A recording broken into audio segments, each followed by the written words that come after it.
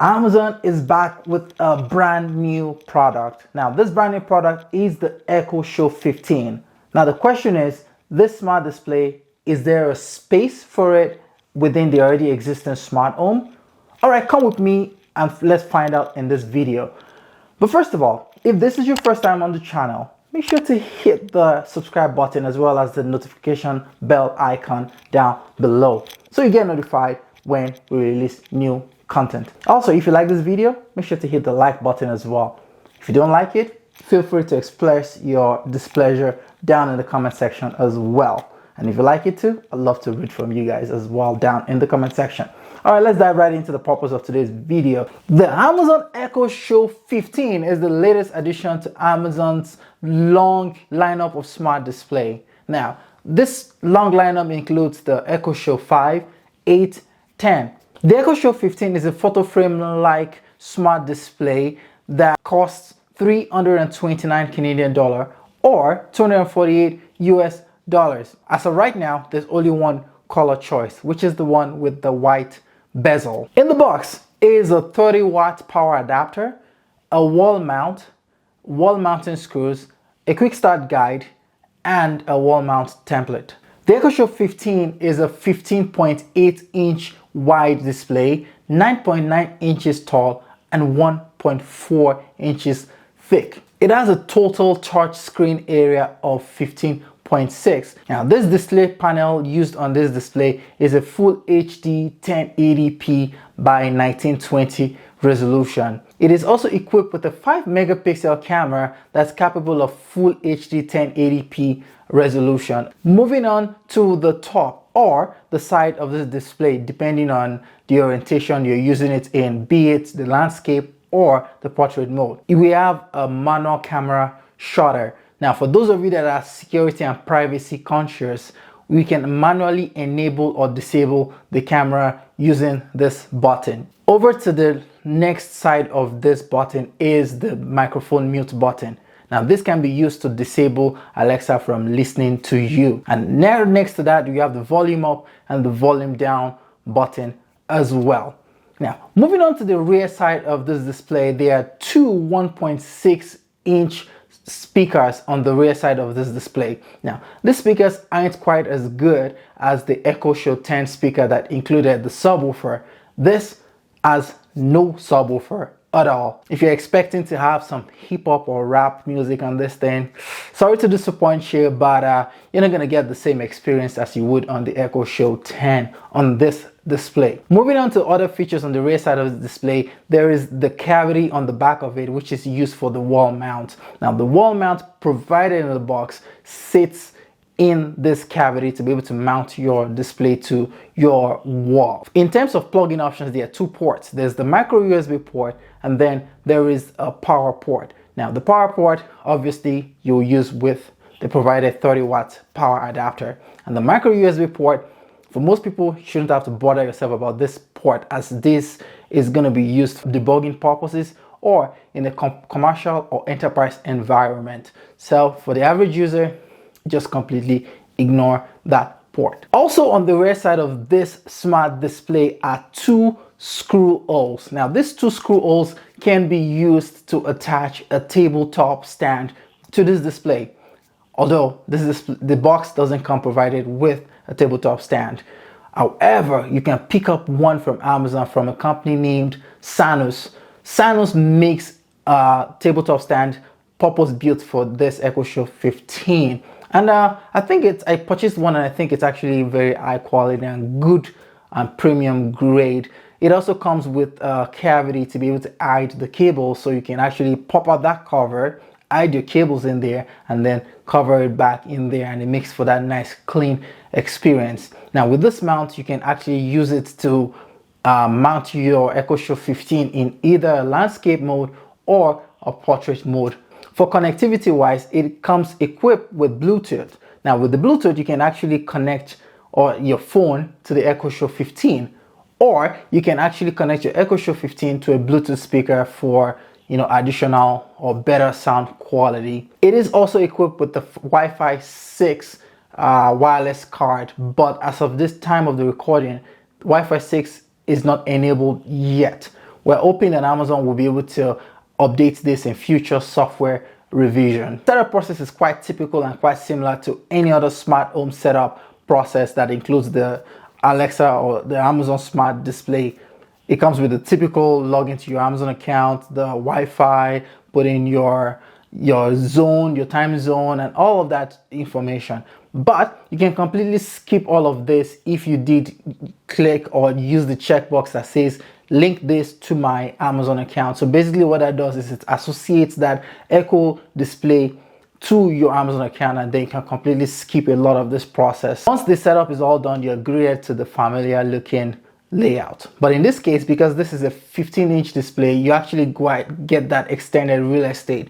So basically you're able to partition the display into two different sides. You have one side which is a little bit bigger, and the other side which uses something called widgets. Widgets are purpose-built applications to do very specific tasks. So you could have a widget that's basically just for calendar, or a widget for sticky notes, or a widget for reminders, to-do lists, and so on and so forth.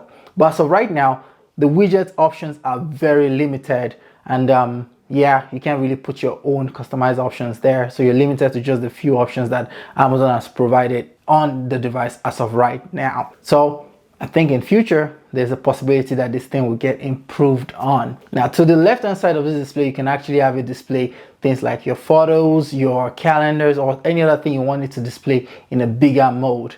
And it's quite ingenious and it's quite good, but I still think that the overall graphical user interface or the user experience on this display, or even all of Amazon's display in general, still it's lackluster. It is poor, and I think it needs a complete overhaul. Especially right now, there are lots of other themes on the market from other smart home developers where they actually put in well thought out layout implementation in their setup, and I think Amazon could go on there and borrow a thing or two from those guys and from their setup and design and implement it into some of this their display.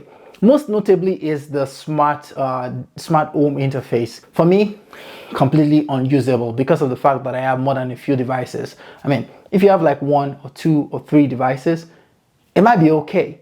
But when you're talking about, 70s, 80s, 100s, I don't want to keep scrolling through pages just to find what I need to find if I don't want to use my voice. So it would be nice if they can actually come up with a much more better layout and much more better use of this 15-inch smart display versus just making everything so massive that, you have to scroll through almost 5 million times to get to what you need to do. So I think that needs significant improvement. Another thing that this display is lacking is the camera tracking feature. Come on, Amazon. Even a basic webcam this day and age comes with a camera tracking feature. Especially with the use case of this smart display, you're going to be using it in a kitchen where you're trying to make a video call while doing other things around the kitchen. It will be smart to have a camera that tracks you as you move around the kitchen. So I'm hoping that that might be something they might introduce in later editions of this display. Another thing that this thing lacks is the display panel. I think having a full HD display panel in this day and age, I don't know, that's just my personal preference. I wouldn't buy anything with a display that's less than OLED or 4K in this day and age right now, because I think Full HD is on its way out, and I wouldn't be investing my money into something that's on the way out already. Another thing that this thing actually suffers from is also a software bug, is the facial recognition. I find out that it only works about 80% of the time, and when it does work, it's good. It gives me a personalized result. But the other times when it doesn't work, it's quite frustrating. You're like tapping the screen, and because this interface is not very, very friendly with using with touch. It is mostly driven towards voice, but to me that's not very smart. If I want to adjust voice, I'll get a voice assistant. Now I'm getting a smart display assistant, so I'm expecting something that's also very touch friendly, visual friendly as well.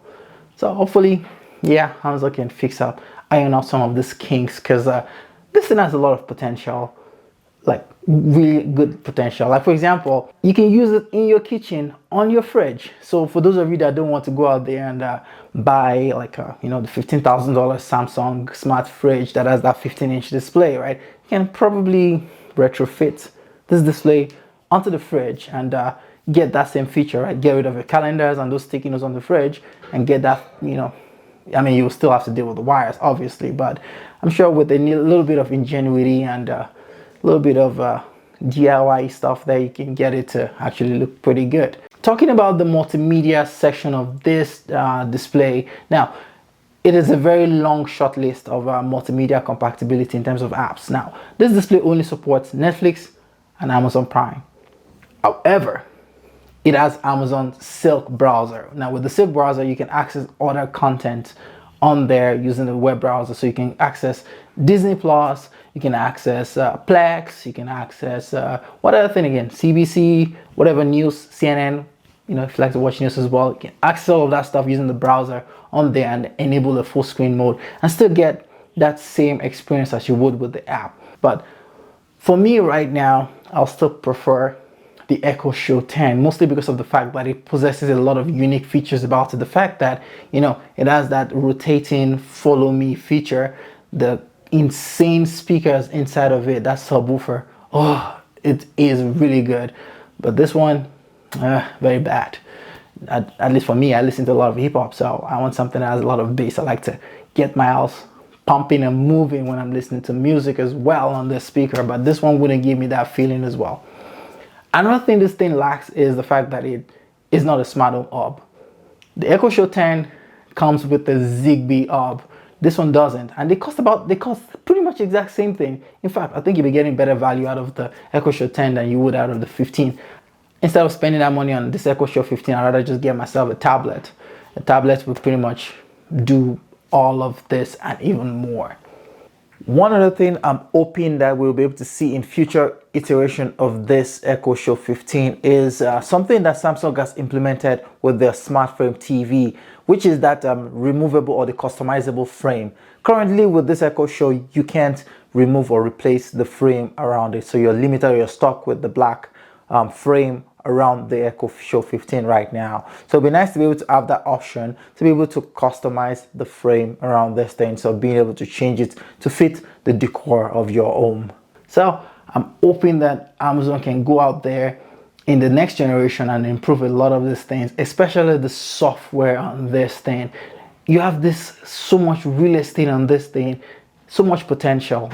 Come on, get some graphics designers to come in and overhaul this system. Amazon, I believe in you. You can do better. Yeah, that pretty much concludes my review of the Amazon Echo Show 15. And I want to say a huge shout out and a huge thank you to all of you for making it through to the end of this video. And I'll catch you guys in the next video. Also, don't forget to hit the like button down below. Catch you guys later. Peace.